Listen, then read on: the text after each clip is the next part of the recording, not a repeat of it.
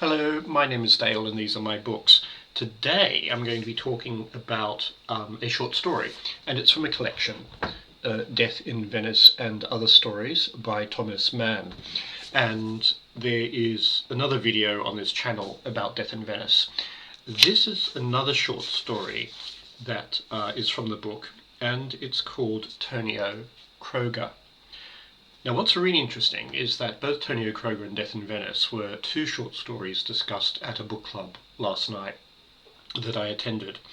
And even though both of them are short stories, essentially, they provoked more conversation than many of the other novels that we have read, even those novels are quite long. So that was interesting. They really raise interesting points in this short story.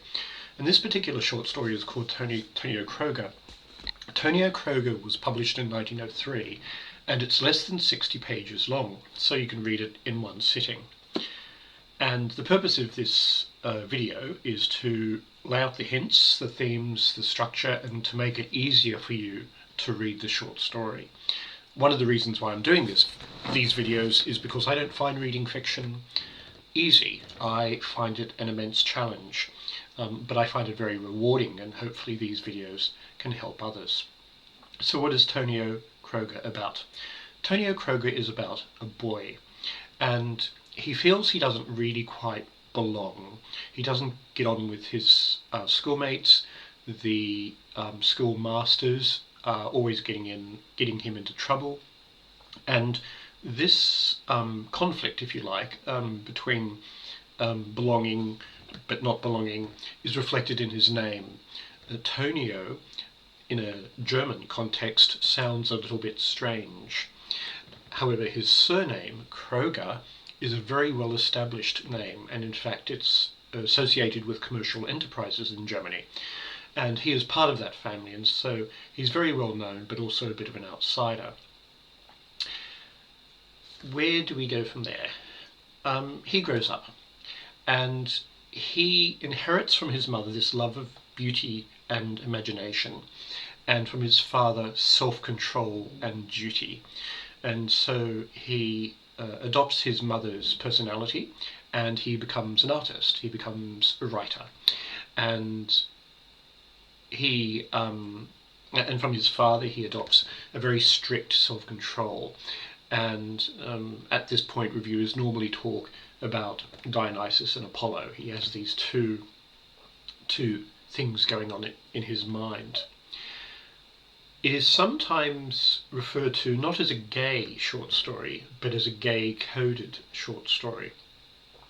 This will become clear a little bit later, and that is he is living a very middle-class lifestyle with middle-class parents, but he doesn't feel quite normal. He does feel alienated from the people around him, and a part of him just wants to be like other people. He just wants to fit in. There is talk about his love of Hansen, and Hansen is a school friend of his, another boy. It's very difficult for me to tell whether this love of the other boy is just something that happened at the time between chums, or whether it is a little bit more sexual than may at first appear. That would require someone to comment not only about German culture at the time, but also about the story in the original German. But it seems to me, at least, that he did at least have an emotional infatuation with a school friend of his, but we know that this often happened, especially in all-male environments, not only in Germany, but in other countries in Europe. At the same time, however, he also decides to have a bit of an infatuation with somebody that I would call Ingeborg, but I understand it's pronounced Ingeborg, and he has this infatuation with Ingeborg, but he never really takes it very seriously with her. He just has the infatuation. What that does is that he grows up and he produces someone who really is not individuated, as perhaps Carl Jung would say. He's really in denial about his sexuality and his desires and the idea of chaos. And so he just flings very violently from one to the other. And there is a lovely line where Thomas Mann describes his personality. And what he says is,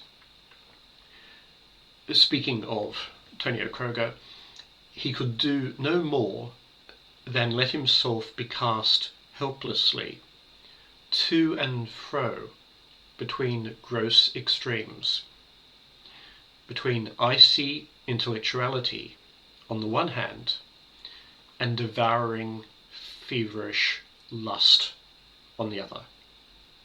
Really nice way of portraying this inner conflict between himself. He becomes an artist. He hangs out with artists, but he decides that this is really not giving him happiness.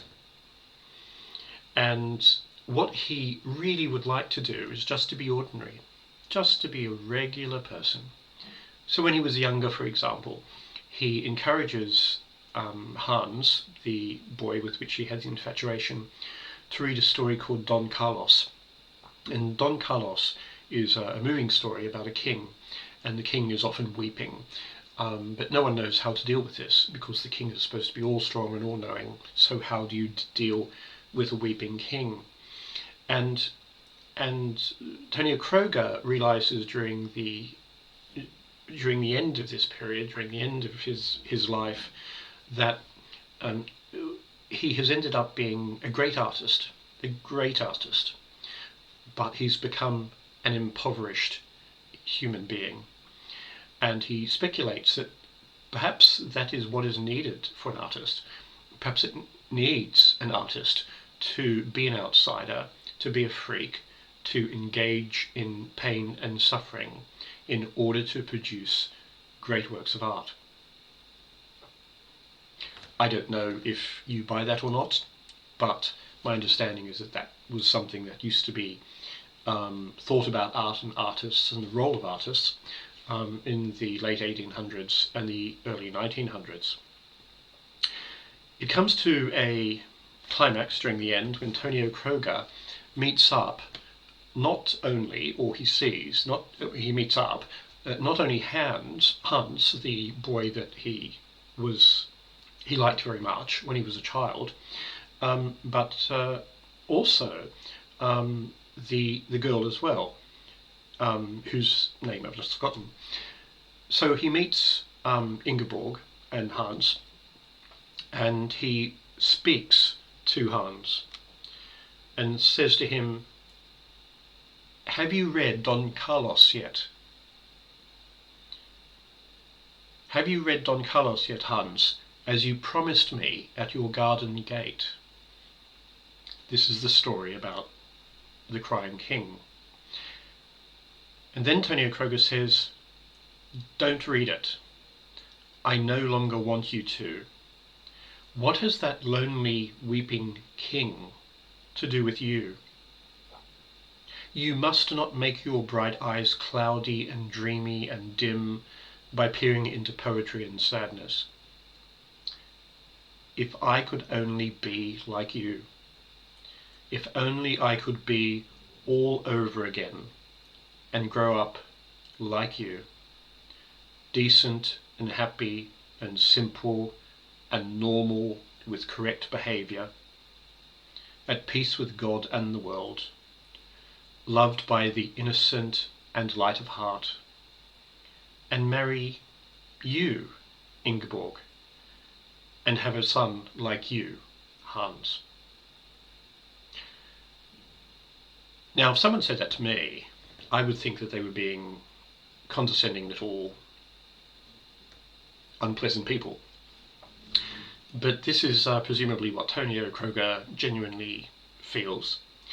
And Tonio is saying that despite the fact that he has created great works of art, he has impoverished himself.